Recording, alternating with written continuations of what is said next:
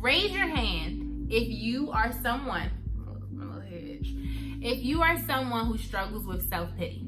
I'm gonna wait. Oh, not you. Doesn't apply to you? Okay. What is self-pity? By definition, self-pity is excessive, self-absorbed unhappiness over one's own troubles. So let me ask that question again.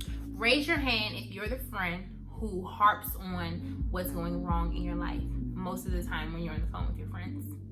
Or you hog table discussions to complain about your day.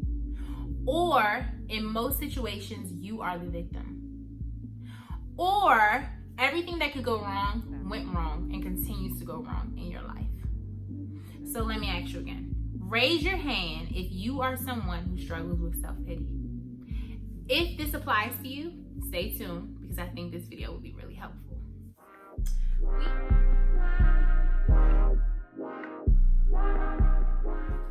Hey everybody, welcome back to my YouTube channel. My name is Alicia Elizabeth and I'm so excited that you are here with me today. If you are a first-time viewer, hello, welcome. Go ahead and hit that subscribe button after you've watched this video and if you enjoy the content. If you are a returning viewer, aka a returning subscriber, hey boo hey, I'm so happy that both of you are here. Grab a snack, get comfortable. We have some things that we're going to talk about.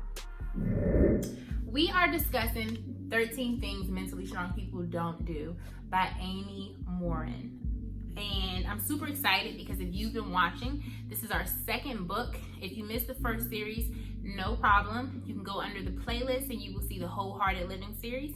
That was the book discussing the gifts of imperfection by Dr. Brene Brown. I'm so excited today. I wasn't sure what word I was about to say because we're covering the first chapter of this book. I want to say thank you to those who have decided to purchase the book, who told me they're planning to purchase the book, and for those who already have it. I'm super duper excited to have a community this time around with people who have the book. I'm happy to see that our community is growing slow and steady, but nonetheless, shout out to you all who have it, is ordering it, planning to get it, and all that in between. So, the first chapter is about self-pity.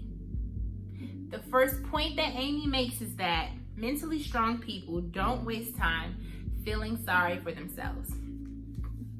She opens with this amazing quote. It says, "Self-pity is easily the most destructive of the non-pharmaceutical narcotics. It is addictive, gives momentary pleasure, and separates the victim from reality." My favorite part, separates the victim from reality. That is a quote by John Gardner. Amy opens this chapter by telling a story about a young boy who got hit by a school bus. She shares how the parents with the best intentions did all these things to make sure his transition from this accident back into his everyday life was like good to go, right? They pulled him out of school because they were afraid that because his legs would not heal back normally, that he wouldn't be able to play soccer, he wouldn't be able to run around with the kids. And so to prevent him from having to go through any distress with these changes, they started homeschooling him. This also meant that he was like not seeing his friends, not going out as often because they were concerned that the sound of the bus would be triggering to him. And so they did all these things to protect him, right? With the best intentions in mind. And so what they noticed was a few months into this routine, they noticed that their son's behavior or his mood began to decline, probably becoming depressed and sad and things of the sorts, because his routine went from being at school with his friends and having this different setup of interaction to being at home, doing his schoolwork, watching TV, and playing video games.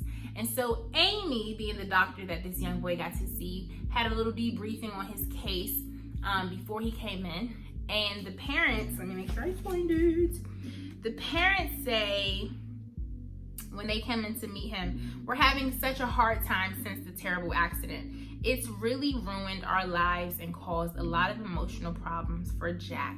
He's just not the same little boy." And so Amy says when she meets the boy, y'all ready for this? She says, "Boy, have I been looking forward to meeting you. I have never met a kid who could beat a school bus. You have to tell me, how did you manage to get into a fight with the school bus and win? And at that moment, Jack smiled, okay?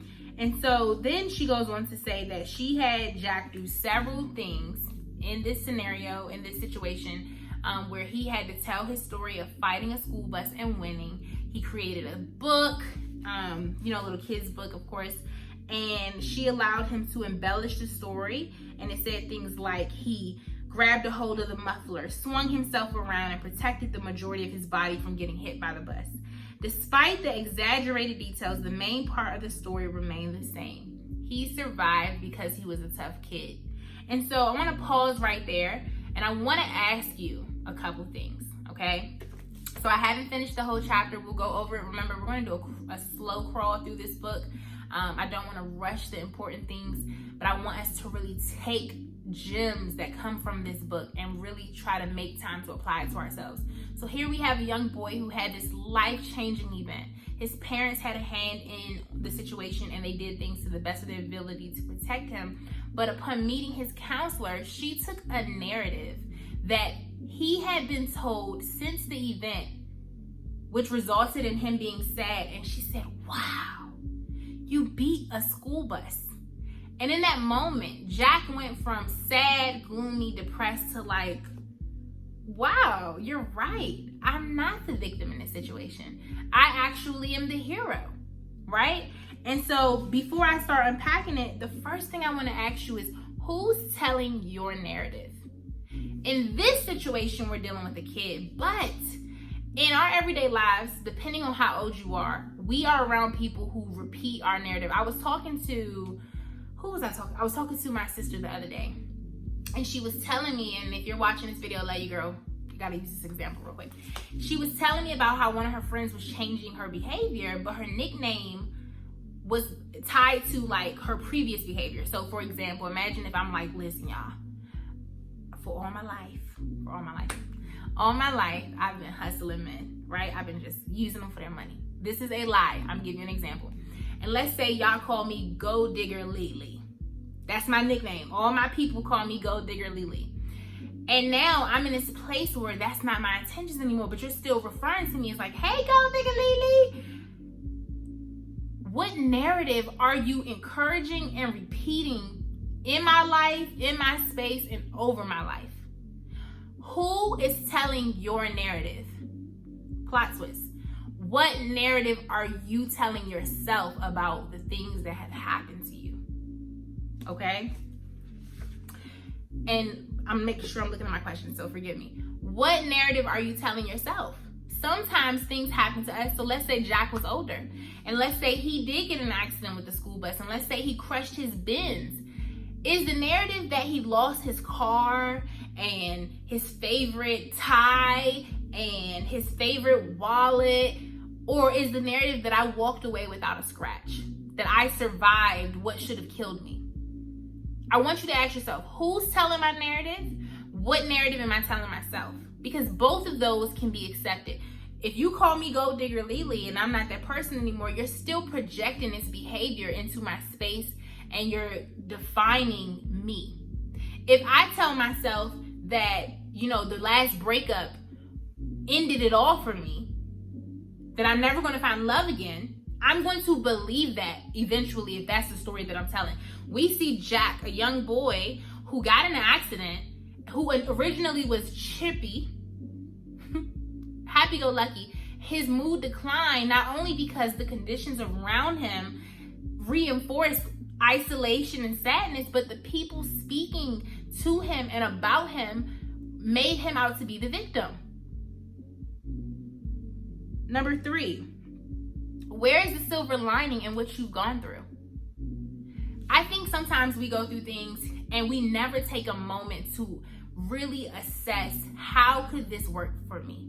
And I know that that's a complete mind shift, because if you're someone who believes that you're the victim in a lot of things, you're never looking at a problem and thinking this is working for me. So now I want to speak to the believer in you. I want to put a demand on your faith and ask you, do you really believe that all things work together for you? Because when you take on the mindset that everything that's happening is working for me, that this didn't happen to me, it happened for me, you force yourself to see another side of things, even when it doesn't make sense. Even when it does not make sense. When you have to make that a practice and a routine. This did not happen to me, it's happening for me. It forces you to peek around the problem and say, there's gotta be a pot of gold somewhere in here. Because if everything is working together for my good, my benefit, then let me dig for this gold. This breakup, where's the gold? This being fired, where's the gold? Me losing this item, where's the gold?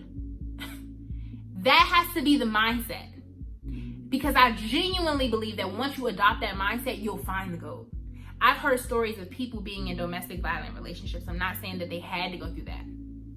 But I remember reading this article where this woman said that she was going to the hospital. Her boyfriend at the time had just brutally hurt her. And the what's the guy? I don't forget the name of the person come get you. The emergency team. That was her husband. Like, that man who walked her through this situation ended up becoming who she married.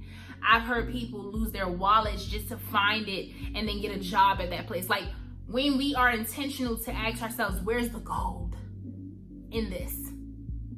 I genuinely believe that we will find it. It isn't always instant, right? But I believe it's there.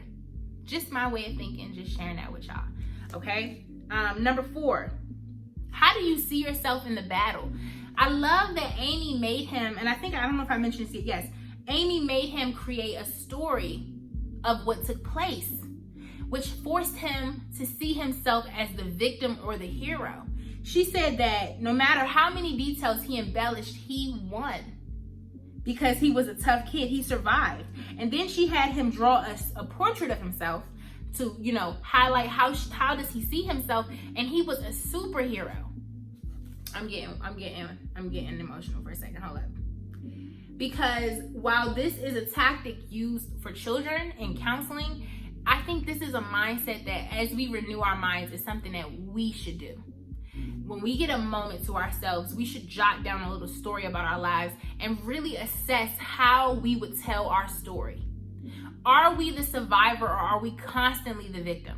If you had to draw a portrait of yourself, are your conditions beating you down or are you beating up the conditions around you? Are you constantly overcoming obstacle after obstacle after obstacle?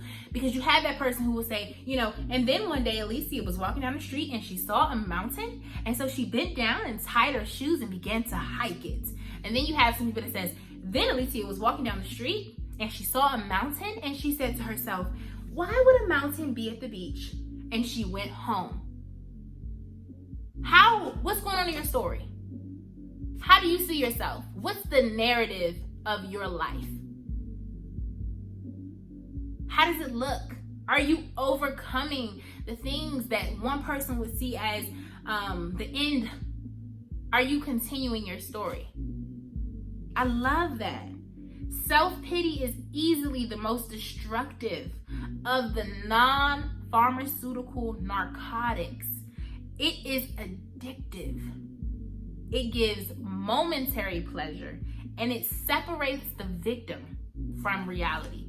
When we choose to give into self-pity, when we choose to make that our route of handling things, it alleviates us from having to address what happened, right? We don't have to deal with the reality of it.